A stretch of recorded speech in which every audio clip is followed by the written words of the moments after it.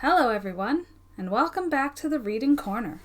I'm your host Renee, and I'm here for you every Wednesday reading stories in the public domain, as well as my short stories at the end of every month. We are currently reading Sweeny Todd and the String of Pearls by James Malcolm Rymer, and without further ado, let's get into it. Chapter 31, Tobias's Rapid Journey to London. There was something extremely touching in the tone, and apparently in the manner in which the poor persecuted one detailed the story of her wrongs, and she had the tribute of a willing tear from Tobias. "After the generous confidence you have had in me," he said, "I ought to tell you something of myself." "Do so," she replied. "We are companions in misfortune." Tobias then related to her at large all about Sweeny Todd's villainies, and how at length he, Tobias, had been placed where he was for the purpose of silencing his testimony of the evil and desperate practices of the barber. After that, he related to her what he had overheard about the intention to murder him that very night, and he concluded by saying, "If you have any plan of escape from this horrible place, let me implore you to tell it to me, and let us put it into practice tonight. And if we fail, death is at any time preferable to continued existence here." It is. Listen to me." "I will indeed," said Tobias. "You will say you never had such attention as I will now pay to you." "You must know, then, that this cell is paved with flagstones, as you see, and that the wall here at the back forms likewise part of the wall of an old wood house in the garden, which is never visited." "Yes, I understand." "Well, as I have been here so long, I have managed to get up one of the flagstones that forms the flooring here, and to work under the wall with my hands. A slow labor, and one of pain, until I made a regular kind of excavation, one end of which is here, and the other in the wood-house." "Glorious!" said Tobias. I see. Go on." "I should have made my escape if I could, but the height of the garden wall has always been the obstacle. I thought of tearing this miserable quilt into strips and making a sort of rope of it, but then how was I to get it onto the wall? You, perhaps, will, with your activity and youth, be able to accomplish that." "Oh, yes, you're right enough there. It is not a wall that shall stop me." They waited until from a church clock in the vicinity they heard 10 strike, and then they began operations. Tobias assisted his new friend to raise the stone in the cell, and there, immediately beneath, appeared the excavation leading to the woodhouse, just sufficiently wide for one person to creep through. And it did not take long. To do that, and Tobias took with him a piece of work, upon which he had been occupied for the last 2 hours, namely the quilt torn up into long pieces, twisted and tied together, so that it formed a very tolerable rope, which Tobias thought would sustain the weight of his companion. The wood-house was a miserable-looking hole enough, and Tobias at once thought that the door of it was fastened, but by a little pressure it came open. It had only stuck through the dampness of the woodwork at the low point of the garden. And now they were certainly both of them at liberty, with the exception of surmounting the wall, which rose frowningly before him in all its terrors. There was a fine, cool, fresh air in the garden, which was indeed more grateful to the senses of Tobias, and he seemed doubly nerved for anything that might be required of him after inhaling that delicious, cool, fresh breeze. There grew, close to the wall, one of those beautiful mountain ash trees, which bend over into such graceful foliage, and which are so useful in the formation of pretty summer houses. Tobias saw that if he ascended to the top of this tree, there would not be much trouble in getting from there to the wall. "We shall do it," he said. "We shall succeed." "Thank God I hear you say so," replied his companion. Tobias tied one end of the long rope they had made of the quilt to his waist, so that he might carry it up with him, and yet leave him free use of his hands and feet. And then he commenced, with great activity, ascending the tree. In 3 minutes he was on the wall. The moon shone sweetly. There was not a tree or house in the vicinity that was not made beautiful now, in some portions of it, by the sweet soft light that poured down upon them. Tobias could not resist pausing a moment to look around him on the glorious scene. But the voice of her for whom he was bound to do all that was possible aroused him. "Oh, Tobias," she said, "quick, quick, lower the rope, oh, quick!" In a moment, he cried. The top of the wall was here and there armed with iron spikes, and some of these formed an excellent grappling place for the torn quilt. In the course of another minute, Tobias had his end of it secure. "Now," he said, "can you climb up by it, do you think? Don't hurry about it. Remember, there is no alarm, and for all we know, we have hours to ourselves yet." Yes, oh yes, thank God," he heard her say. Tobias was not where he could, by any exertion of strength, render her now the least assistance, and he watched the tightening of the frail support by which she was gradually climbing to the top of the wall with the most intense and painful interest that can be imagined. I come, she said. "I am saved." "Come slowly. For God's sakes, do not hurry." No. At this moment, Tobias heard the frail rope giving way. There was a tearing sound. It broke, and she fell. Lights, too, at that unlucky moment, flashed from the house, and it was now evident an alarm had been given. What could he do? If two could not be saved, he might himself be saved. He turned and flung his feet over the wall. He hung by his hands as low as he could, and then he dropped the remainder of the distance. He was hurt, but in a moment he sprang to his feet, for he felt that safety could only lie in instant and rapid flight. The terror of pursuit was so strong upon him that he forgot his bruises. "Thank heaven!" exclaimed Tobias. "I am free at last from that horrible place. Oh, if I can but reach London now, I shall be safe. And as for Sweeny Todd, let him beware, for a day of retribution for him cannot be far off." So saying, Tobias turned his steps toward the city, and at a hard trot soon left Peckham Rye far behind him as he pursued his route. Chapter 32. The announcement in Sweeny Todd's window. Johanna Oakley's adventure. Having thus far traced Tobias's career, we are the better enabled to turn now our exclusive attention to the proceedings of Johanna Oakley, who, we cannot help thinking, is about to commence a most dangerous adventure. The advice which had been given to her by her romantic young friend Arabella Wilmot had from the first taken a strong hold upon her imagination, and the more she had thought it over, and the more she found the others failed in procuring any tidings of her lost lover, the more intent she was upon carrying it out.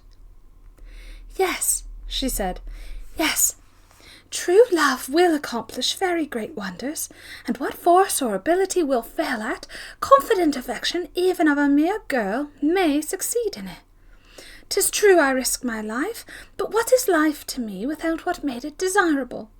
What is continued existence to me, embittered with the constant thought that such a dreadful mystery hangs over the fate of Mark and Jestry?" So it will be seen it was partly despair, and partly a kind of presentiment she had that success would attend her enterprise, that induced her to go to Sweeny Todd's. There was a placard in Todd's window which bore the following announcement: "Wanted, a lad, one of strict religious principles preferred, apply within." The fact is, as we have said, although Sweeny Todd now, from the sale of the string of pearls, had the means of retiring from his avocations, and fully meant to do so, he did not think it prudent to hurry over such a step, and was resolved to wait until all noise and inquiry, if any were made, about the pearls had subsided, and therefore it was that he found it necessary to provide himself with a new boy, who, for all he cared, might share the fate of poor Tobias. The fate which Sweeny Todd considered certain, but concerning which the reader is better informed. "Ah," muttered Todd to himself, "I like boys of a religious turn.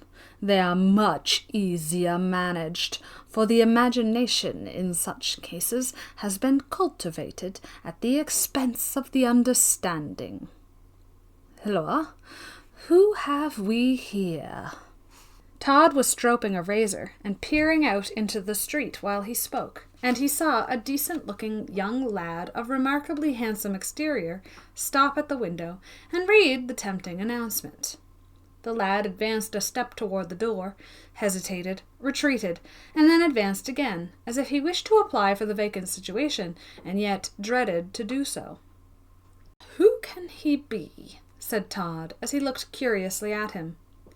"He don't seem the sort likely to apply for the situation of a barber's boy."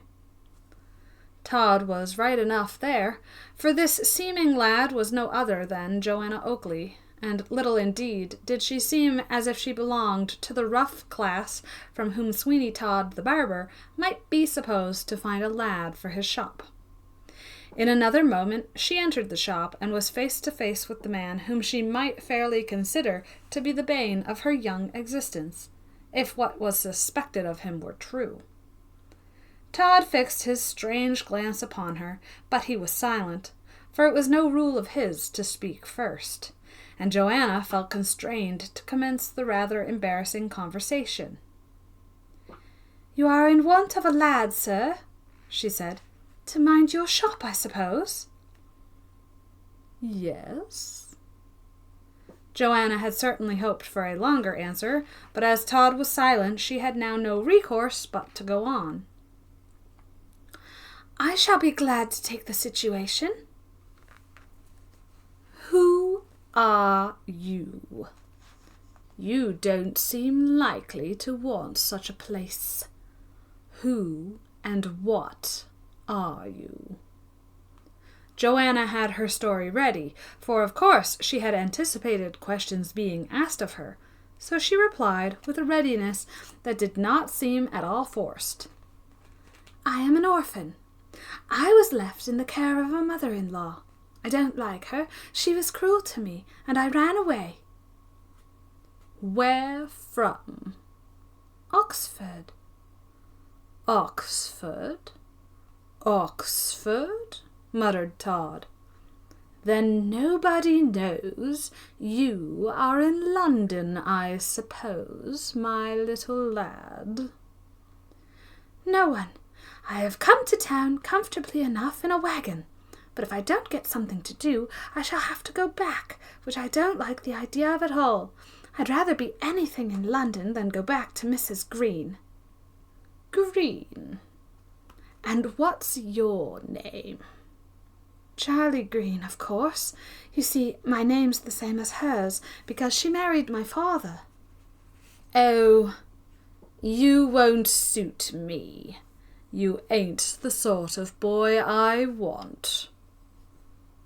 "Sorry I troubled you, sir," said Johanna, as she turned carelessly and left the shop without making the least attempt to move the barber's determination, or even looking behind her. "Pshaw!" exclaimed Todd, as he flung down the razor he had commenced sharpening again. "How foolishly suspicious I am. I shall wait a while, I think, before I get anyone to suit me as this lad will. In London alone, without friends, an orphan, nobody to inquire after him. The very thing." Sweeny Todd was at his door in an instant. "Hoy! Hoy!" he called. Johanna looked back and saw him beckon to her. With new hope she returned, and was again in the shop. "Hark ye, my lad," said Todd. I feel disposed to take you on account of your friendless condition. I feel for you. I'm an orphan myself, that's a fact." Here he made one of those hideous grimaces he was in the habit of indulging in when he thought he had said anything particularly racy. "Yes, I'm a poor orphan myself, with nothing but my strong sense of religion to support me. I'll take you on trial." "I am much beholden to you, sir." "Oh, don't mention that.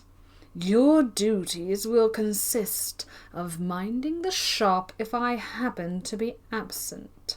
You will have 6 pence a day, but nothing else from me. For out of that you provide yourself with food, and the cheapest and the best thing you can do is go always to Lovett's in Bell Yard and have a pie for your dinner. You will sleep at night here in the shop, run messages, see and hear much. But if you gossip about me and my affairs, I'll cut your throat." "You may depend upon me, sir. I am only too happy in being taken into the service of such a respectable gentleman." "Respectable gentleman," repeated Todd as he finished stroking the razor. "Respectable." And then he gave one of his hideous laughs, which thrilled through the very heart of Johanna, as she thought that it might have been the last noise that sounded in the ears of Mark and Jestry in this world. Todd turned very suddenly round and said, "Did you groan?" "I groan?" replied Johanna. "What for?" "Oh, I only thought you did, Master Charlie. That's all. See if that water on the fire is hot, and if so, bring it to me. Ha! A customer." As Todd uttered these words, 2 persons entered the shop.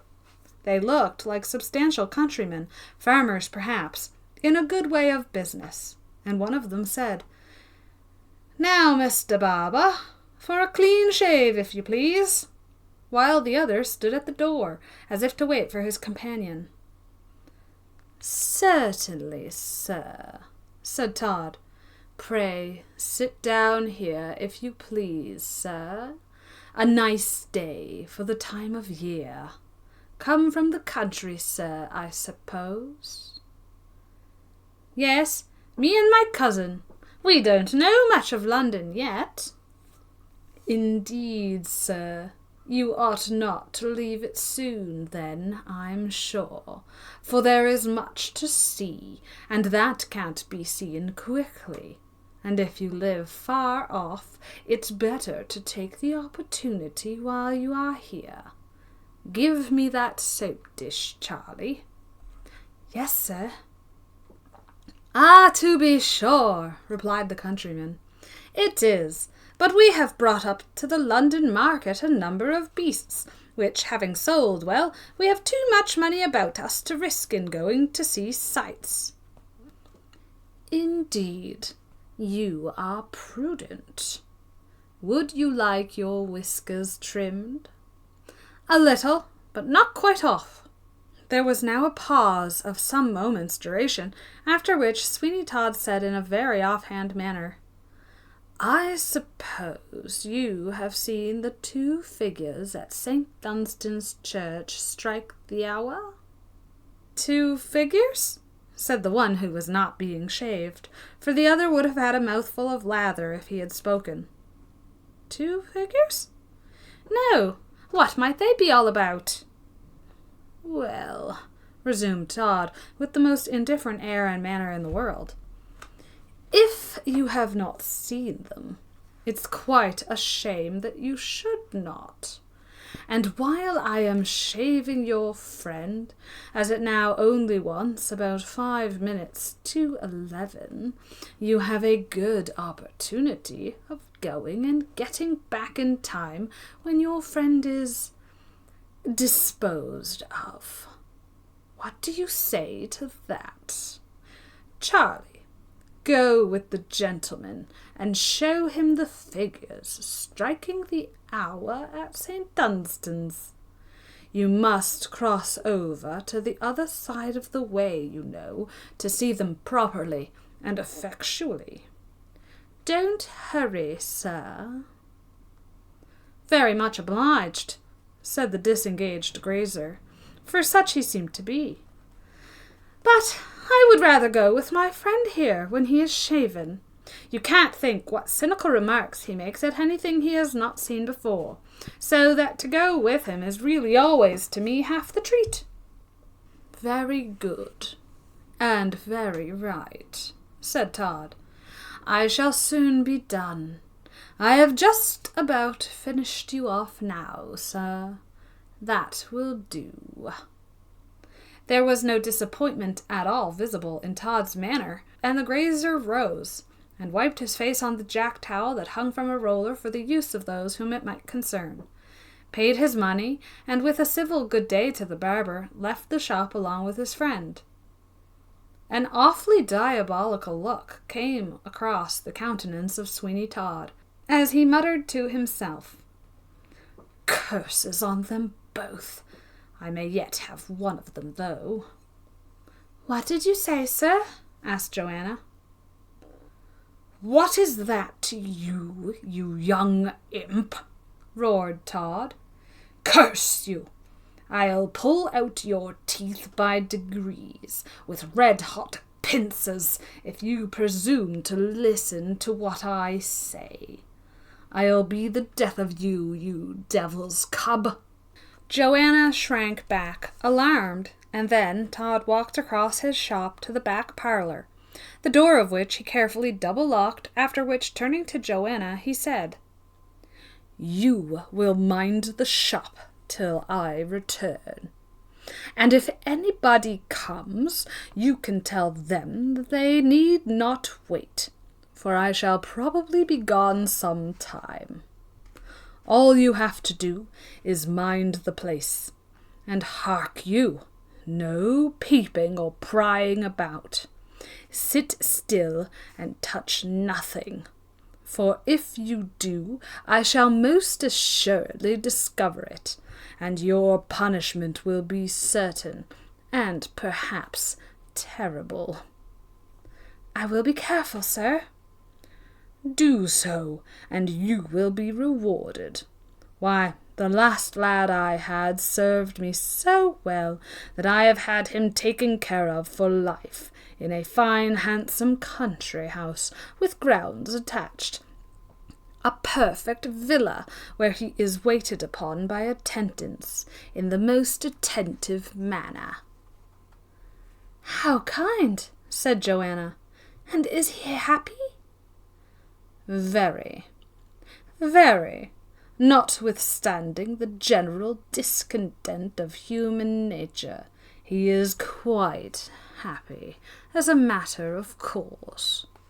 Mind my instructions, and in due time you will no doubt yourself share as amiable a fate." Todd put on his hat, and with a horrible and strange leer upon his countenance, left the shop, and Johanna found herself in the situation she had coveted, namely, to be alone in the shop of Sweeny Todd, and able to make what examination of it she pleased, without the probability of much interruption. "Heaven be my aid," she cried, "for the sake of the truth." Chapter 33. Discoveries in the Vaults of St. Dunstan's. "Well, Sir Richard," remarked the beadle of St. Dunstan's to the magistrate, after the ponderous stone was raised in the centre of the church, upon which the workmen had been busy, "don't you smell nothink now?" The magistrate, churchwardens, and indeed everyone present shrank back from the horrible stench that saluted them, now that the stone was fairly removed. "Why, good God!" exclaimed the senior churchwarden. "Have we been sitting and hearing sermons with such a charnel house under? I always understood that none of the vaults exactly underneath the church had been used for many years past." "Hush!" said the magistrate. "The inquiry we are upon is perhaps a more important one than you can imagine, sir." "More important? How can that be? Didn't the bishop smell it when he came to confirm the people? And didn't he say in the vestry that he could not confirm anybody while such a smell was in the church? And didn't we tell him that it would be a sad thing if he didn't? And then he did confirm the people in such a twinkling that they didn't know what they were confirmed in at all." "Hush, my good sir, hush, and hear me. Will you, now that you have got up this great stone, and opened, as I see, the top of a stone staircase by so doing, send away the workmen, and indeed all persons but yourself and me?" "Well, but you don't mean us to go down, sir, do you?" "I mean to go, you may depend.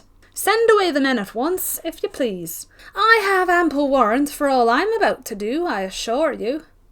I suspect I shall be well able to free St. Dunstan's church from the horrible stench that has been infesting it for some time past." "You think so, sir? Bless you, then. I'll do just whatever you like." The workmen were not sorry to be dismissed from the uncomfortable employment.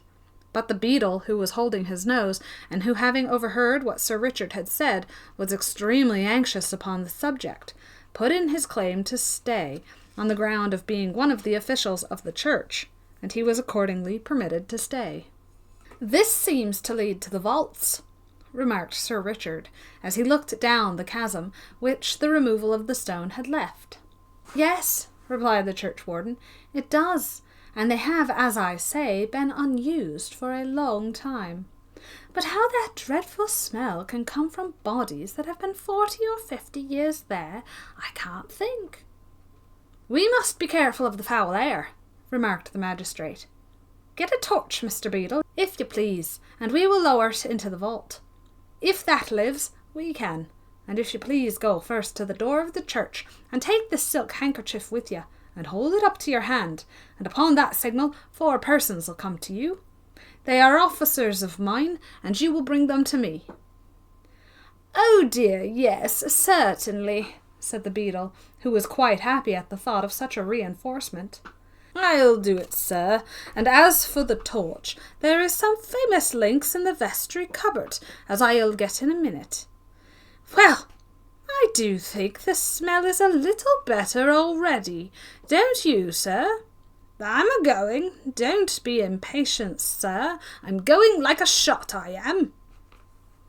To give the beadle his due, he certainly executed his orders quickly.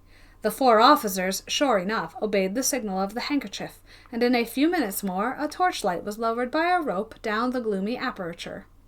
All watched the light with great interest as it descended, but although it certainly burnt dimmer than before, yet it showed no signs of going out, and the magistrate said, "We may safely descend. The air that will support flame will likewise support animal life, therefore we need be under no sort of apprehensions. Follow me." He commenced a careful descent of the stone steps, and was promptly followed by his 4 men, and much more slowly by the beadle and the churchwarden, neither of whom seemed much to relish the adventure, although their curiosity prompted them to continue it. The stone steps consisted of about 20, and when the bottom was gained, it was found to be covered with flagstones of considerable size, upon which sawdust was strewn, but not sufficiently thick to cover them in all places completely. There was a death-like stillness in the place, and the few crumbling coffins, which were in niches in the walls, were, with their tenants, evidently too old to give forth that frightful odour of animal decomposition which pervaded the place. You will see, Sir Richard, said the churchwarden, producing a piece of paper, that according to the plans of the vault I have here, this one opens into a passage that runs halfway round the church, and from that passage opens a number of vaults, not one of which has been used for years past. I see. The door is open. Yes, it is as you say. That's odd, Sir Richard, ain't it? Oh, gracious, just put your head out into the passage, and won't you smell it then? They all tried the experiment, and found, indeed, that the smell was horrible. Sir Richard took a torch from one of the constables and advanced into the passage. He could see nothing but the doors of some of the vaults open. He crossed the threshold of one of them, and was away about a minute, after which he came back saying, I think we will all retire now. We have seen enough to convince us all about it. All about it, sir? Said the churchwarden. What about it? Exactly, that'll do. Follow me, my men. The officers, without the slightest questions or remarks, followed Sir Richard, and he began rapidly, with them at his heels, to ascend the stone staircase into the church again. Hulloa! Cried the beadle. I say stop! Oh, Lord, don't let me be lost! Oh, don't! I shall think something horrible is coming up after me, and going to lay hold of my heels. Don't let me be lost, oh dear! You can't be lost, said one of the officers. You know if anything is gonna lay hold of your heels. Take it easy. It's only a ghost at the most, you know. By the time the beadle got fairly into the church, he was in that state of perspiration and fright that he was obligated to sit down upon a tomb to recover himself, and the magistrate took that opportunity of whispering to the churchwarden. I want to speak to you alone. Come out with me. Order the church to be locked up, as if we meditated no further search in the vaults. Oh, yes, I knew there was some secret. There's a horrible one. Such a one as all London will ring with in 24 hours. Such a secret as will never be forgotten in connection with old St. Dunstan's church while it is in existence. There was a solemnity about the manner in which the magistrate spoke, which quite alarmed the churchwarden, and he turned rather pale as they stood upon the church threshold. Do you know one Sweeny Todd? Asked the magistrate. Oh, yes, a barber. Good. Incline your ear to me while we walk down to Downing Street. I'm going to call upon the Secretary of State for the Home Department, and before we get there, I shall be able to tell you why and what sort of assistance I want of you. The churchwarden did incline his ear most eagerly, but before they had got halfway down the Strand, he was compelled to go into a public-house to get some brandy. Such an overpowering effect had the horrible communication of the magistrate upon him. What that communication was, we shall very soon discover, but it is necessary that we follow Mr. Todd a little in his proceedings, after he left Johanna in charge of his shop. Todd walked briskly on till he came nearly to Pickett Street in the Strand, and then he went into a chemist's shop that was there, in which only a lad was serving. You recollect, said Todd, serving me with some rat poison? Oh, yes, Mr. Todd, I believe. The same. I want some more, for the fact is that owing to the ointments I have in my shop for the hair, the vermin are attracted, and I have now as many as ever. It was only last night I awakened and saw one actually lapping up hair oil and another drinking some rose water that they had upset and broken a bottle of. So I will thank you to give me some liquid poison, if you please, as they seem so fond of drink. Exactly, sir, exactly, said the lad, as he took down a bottle and made up a potion. Exactly, sir. If you put a few drops only of this in a half-pint of liquid, it'll do. A couple of drops? This must be powerful. It is. A dozen drops or about half a teaspoonful would kill a man to a certainty, so you will be careful of it, Mr. Todd. Of course, we don't sell such things to strangers, you know, but you being a neighbour alters the case." "True enough. Thank you. Good day.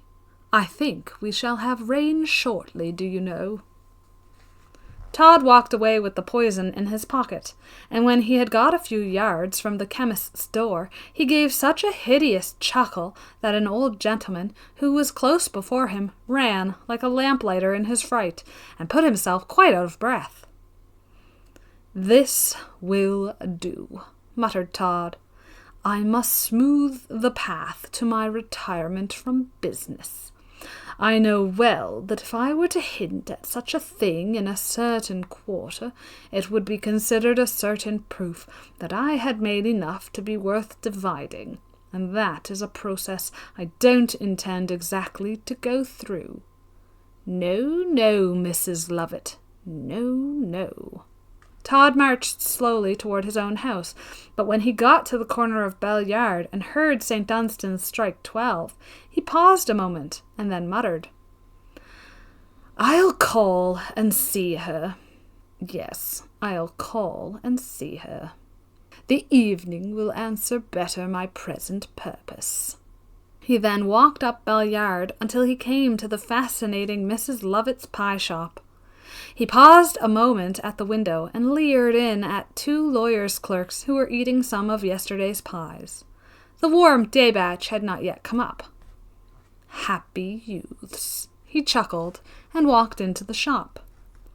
Mrs. Lovett received him graciously as an acquaintance, and invited him into the parlour, while the two limbs of the law continued eating and praising the pies. "Delicious, ain't they?" said one. "Oh, I believe you," replied the other, "and such jolly lots of gravy too, ain't there? I wonder how she does make 'em. Lord bless you, I almost live upon 'em. You know, I used to take all my meals with my fat old Uncle Marsh, but since he disappeared one day, I live on Lovett's pies instead of the old buffer." Chapter 34. Johanna Alone. The Secret. Mr. Todd's Suspicions. The Mysterious Letter. For some time after Todd had left the shop, Johanna could scarcely believe that she was sufficiently alone to dare to look about her. But as minute after minute passed away, and no sound indicative of his speedy return fell upon her ears, she gathered more courage.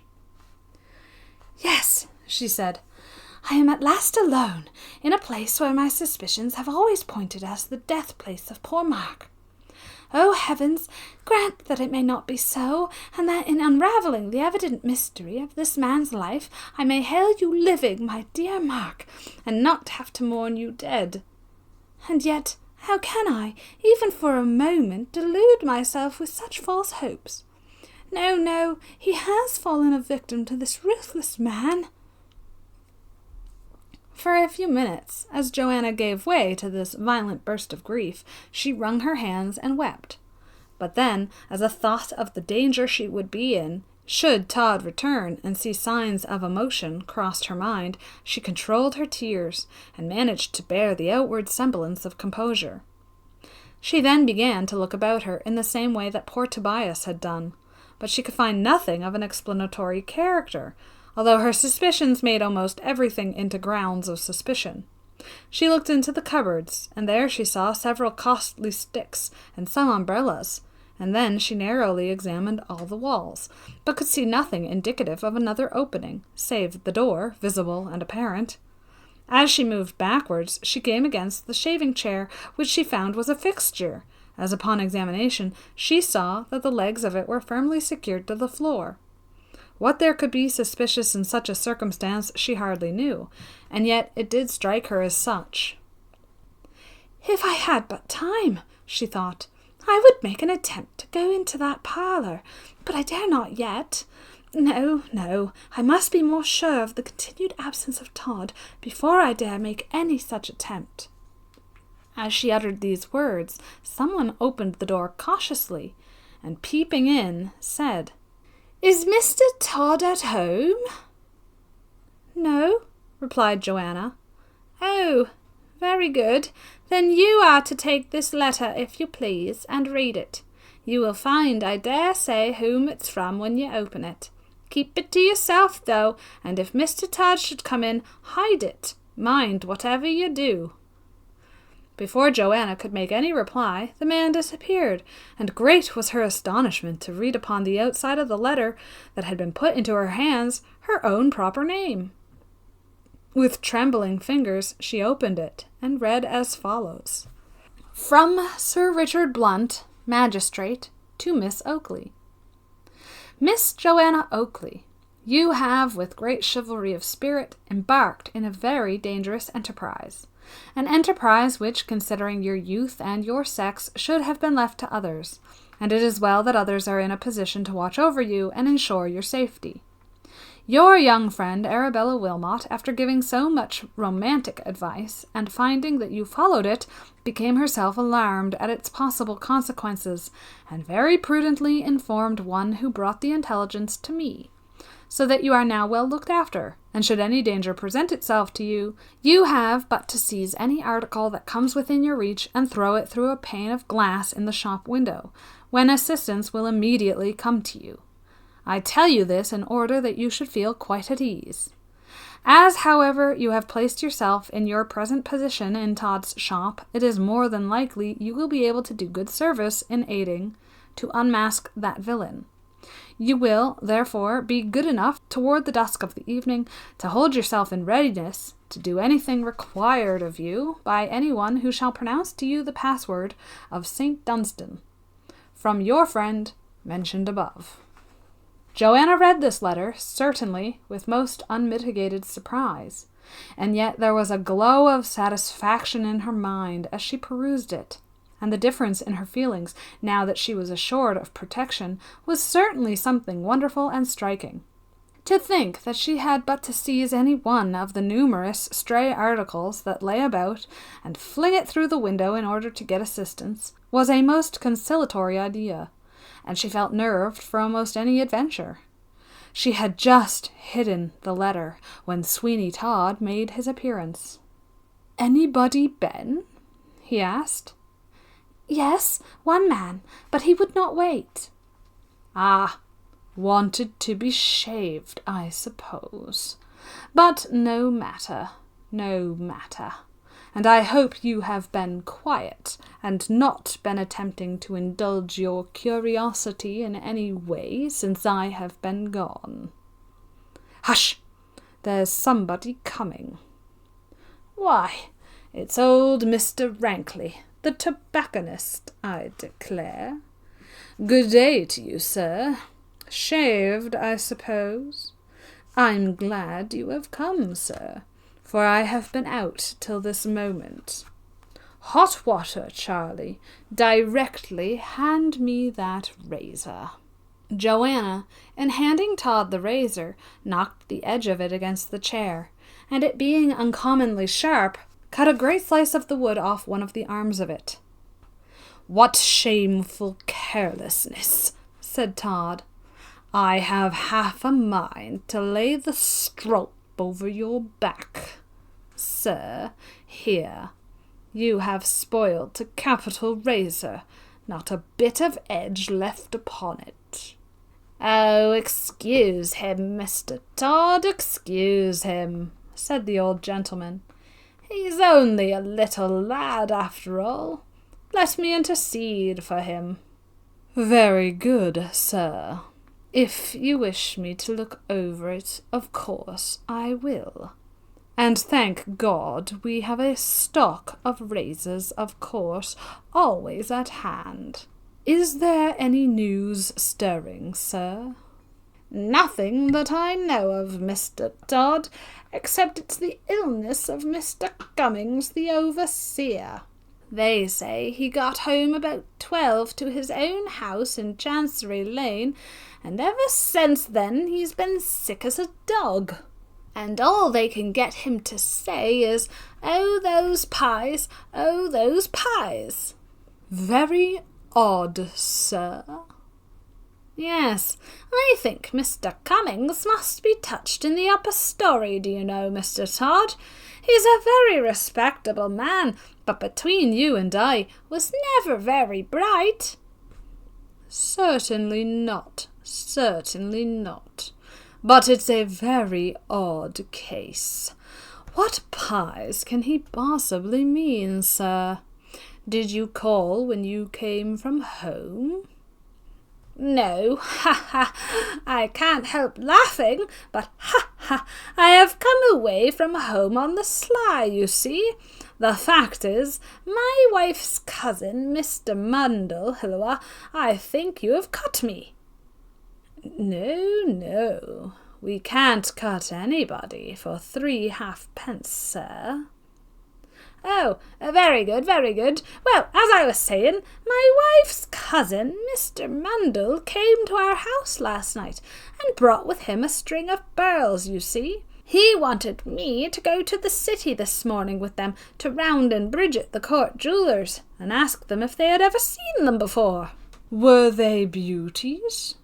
"Oh, yes, they're brilliant ones. You see, Mundle lends money, and he didn't like to go himself, so he asked me to go, as Mr. Round knows me very well. For between you and me, Mr. Todd, my wife's cousin, Mr. Mundle, thinks they belonged once upon a time to some lady."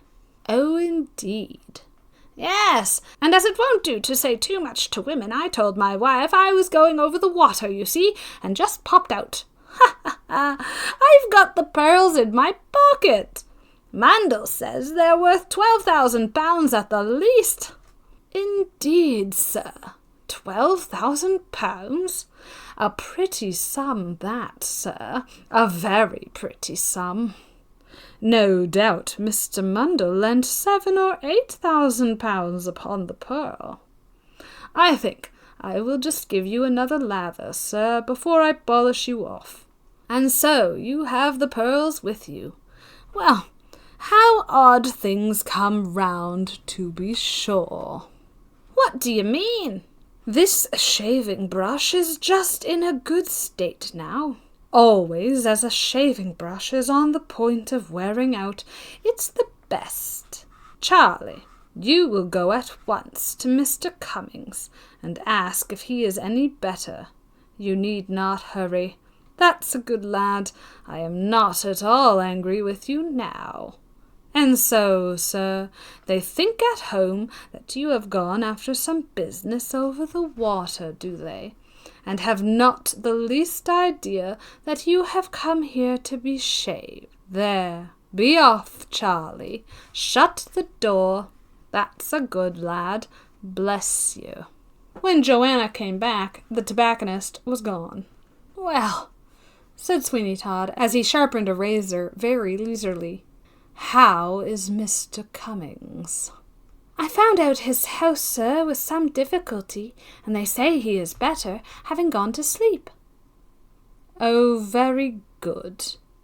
I am going to look over some accounts in the parlour, so don't choose to be disturbed, you understand, and for the next 10 minutes, if anybody comes, you will say I am out." Sweeny Todd walked quite coolly into the parlour, and Johanna heard him lock the door on the inside. A strange, undefined sensation of terror crept over her. She knew not why, and she shuddered as she looked around her. The cupboard door was not close shut, and she knew not what prompted her to approach and peep in. On the first shelf was the hat of the tobacconist. It was a rather remarkable one, and recognized in a moment. "What has happened? Good God, what can have happened?" thought Johanna, as she staggered back until she reached the shaving chair, into which she cast herself for support. Her eyes fell upon the arm, which she had taken such a shaving off with the razor, but all was perfectly whole and correct. There was not the least mark of the cut that so recently had been given to it, and lost in wonder, Johanna for more than a minute continued looking for the mark of the injury she knew could not have been, by any possibility, effaced. And yet she found it not, although there was the chair, just as usual, with its wide-spreading arms and its worn, tarnished paint and gilding. No wonder that Johanna rubbed her eyes and asked herself if she were really awake. What could account for such a phenomenon? The chair was a fixture, too, and the others in the shop were of a widely different make and construction, so it could not have been changed. "Alas, alas!" mourned Johanna. My mind is full of horrible surmise, and yet I can form no rational conjecture. I suspect everything, and I know nothing. What can I do? What ought I to do to relieve myself from this state of horrible suspense? Am I really in a place where, by some frightful ingenuity, murder has become bold and familiar? Or can it all be a delusion? She covered her face with her hands for a time, and when she uncovered them, she saw that Sweeny Todd was staring at her with a look of suspicion from the inner room. The necessity of acting her part came over Johanna, and she gave a loud scream. "What the devil is all this about?" said Todd, advancing with a sinister expression. "What's the meaning of it? I suspect—" "Yes, sir," said Johanna, "and so do I. I must tomorrow have it out." "Have what out?" "My tooth, sir. It's been aching for some hours. Did you ever have a toothache? If you did, you can feel for me, and not wonder that I lean my head upon my head and groan." And that is where we are going to leave it for today. There's only a few chapters left. Everything's coming to a head. If you like what I do here, as always, please like, subscribe, share me with all your friends. Bye!